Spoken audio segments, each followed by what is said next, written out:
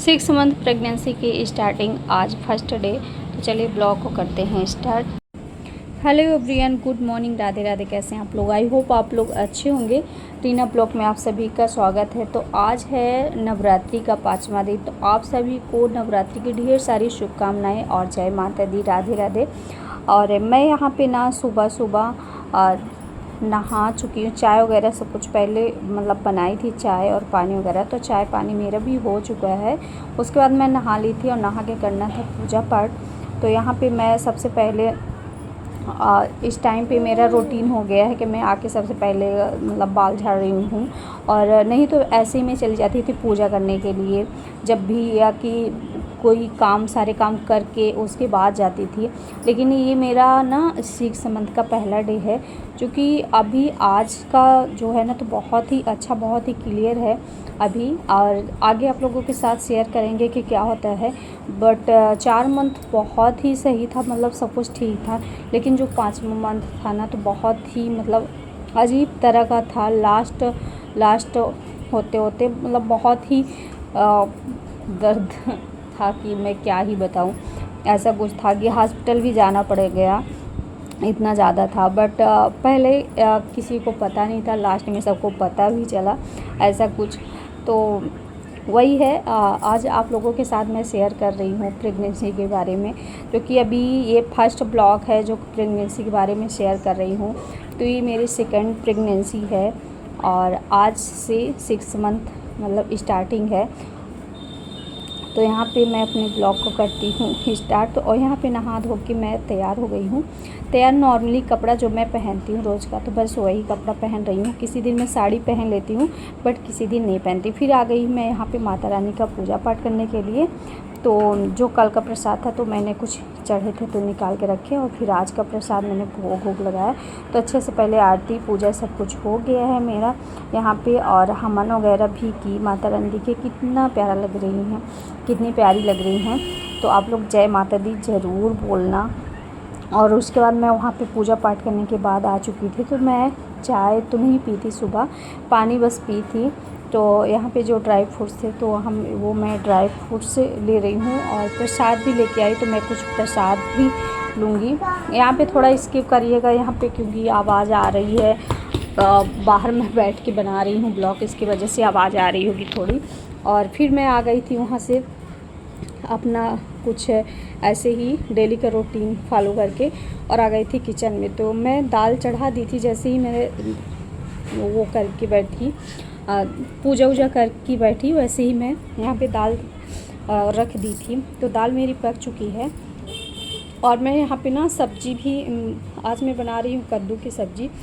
वैसे तो कद्दू की सब्ज़ी अच्छी नहीं लगती किसी को, बट इसका मतलब आज जैसे बनता है वैसे बना रही, नहीं तो मैं अलग तरीके से बना रही थी। बट कद्दू क्या है ना, तो थोड़ा सा मतलब रखा था, 2-3 दिन का हो गया था, तो उसका जो हरापन था ना तो वो नहीं था।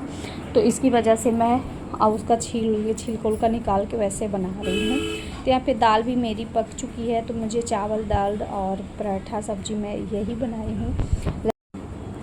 टिफ़िन भी देना है, तो इसकी वजह से मैं सुबह ही चावल दाल सब कुछ बना लेती हूँ। क्योंकि अभी मतलब जैसे रोटी सब्ज़ी बना देंगे फिर बाद में तो बनाएंगे ही चावल दाल। तो इसकी वजह से मैं सुबह ही चावल दाल रोटी सब्ज़ी सब कुछ बना लेती हूँ कि ठीक रहेगा। एक बार जैसे चावल दाल मतलब थोड़ी थोड़ी खाए रहेंगे तो वहाँ टिफ़िन के लिए दे देंगे, रोटी सब्ज़ी दे देंगे तो सही रहेगा।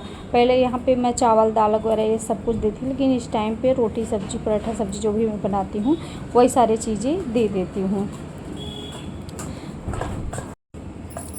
और जो भी मैं दवा खा रही थी इस टाइम पे 1 हफ्ते से खा रही थी ना, तो वो मेरा दवा भी अब ख़त्म हो चुका है।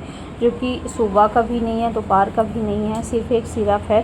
तो देखती हूँ आगे क्या रहता है। मतलब सब कुछ ठीक रहता है तो दवा खाने की ज़रूरत ही नहीं है, और नहीं ठीक रहेगा तो फिर दवा तो खानी पड़ेगी, मतलब फिर दिखाना पड़ेगा, लेना पड़ेगा। तो ये सारी चीज़ें मतलब ज़्यादातर ये सोचती हूँ कि ये सब चीज़ें दवा की ज़रूरत पड़े ही ना। क्योंकि जब डुग्गू था ना तो मुझे दवा की ज़रूरत मतलब बहुत ही कम पड़ी थी। क्या होता है, गैस प्रॉब्लम रहती थी तो उसके लिए मैं एक सिरप ले लेती थी, तो मतलब ठीक था, इतना ज़्यादा दिक्कत नहीं थी। इस बार ना पेट में बहुत ही ज़्यादा दर्द हो गया था, इसकी वजह से प्रॉब्लम हो गई। तो ही जाके दिखाए, बॉटल वॉटल चढ़ा तो मतलब थोड़ा सा आराम हो गया। तो अब मतलब सही है, अभी इस टाइम पे सही है। इस बार था कि सेकंड बार प्रेगनेंसी है, तो मैं किसी को बताई भी नहीं थी, किसी को पता नहीं था, ना मेरे मायके में ना मेरे ससुराल में। और मुझे भी मतलब कुछ ज़्यादा फील हो नहीं रहा था, क्योंकि ये था ना कि जैसे अगर शुरू या फर्स्ट जैसे प्रेगनेंसी रहती है तो थोड़ा सा ज़्यादा वो रहता है। तो इस बार ऐसा कुछ ज़्यादा था नहीं, जो हो गया तो हो गया। इतना जल्दी सोचे नहीं थे कि मतलब अभी हो जाएगा, बट क्या ही कर सकते हैं।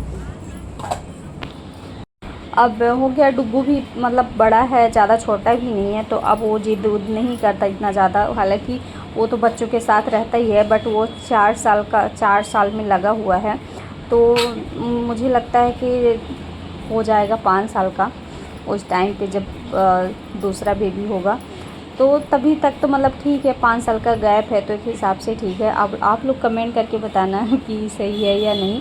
बहुत से मैं ये देखी हूँ कि बहुत जल्दी जल्दी साल 2 साल में इतना जल्दी जल्दी हो जाते हैं, तो उतना उतना सही नहीं रहता, बहुत ज़्यादा प्रॉब्लम हो जाती है। और इस बार देखते हैं क्या प्रॉब्लम होगी कैसे, क्योंकि डुग्गू है, परेशान तो करता है, लेकिन उतना ज़्यादा हो सकता है शायद ना करे, क्योंकि अभी बड़ा है, थोड़ा सा जानकार होगा और अगले साल स्कूल भी जाने लगेगा, तो उतना ज़्यादा हो सकता है शायद प्रॉब्लम ना हो।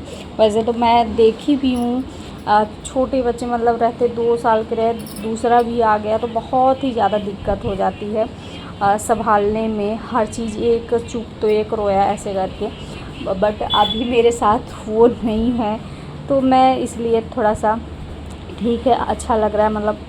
और मेरे फैमिली में जो भी मतलब जैसे जिनको पता चला तो वो भी मतलब खुश है कि ठीक है, अच्छा हुआ, अभी ठीक है। फिर ज़्यादा गैपिंग भी नहीं सही रहता, कि गैप हो जाता है ना तो फिर मतलब हर चीज़ के लिए दिक्कत हो जाती है। अभी डुग्गू का जैसे कर रहे हैं, कोई भी काम कर रहे हैं ना, तो साथों साथ उसका भी हो जाएगा। और डुग्गू के जैसे पढ़ रहा है, पढ़ाई कर रहा है, ऐसे 2-3 साल में मतलब पढ़ने लिखने के लिए हो जाएगा, तो वो सही रहेगा मेरे हिसाब से।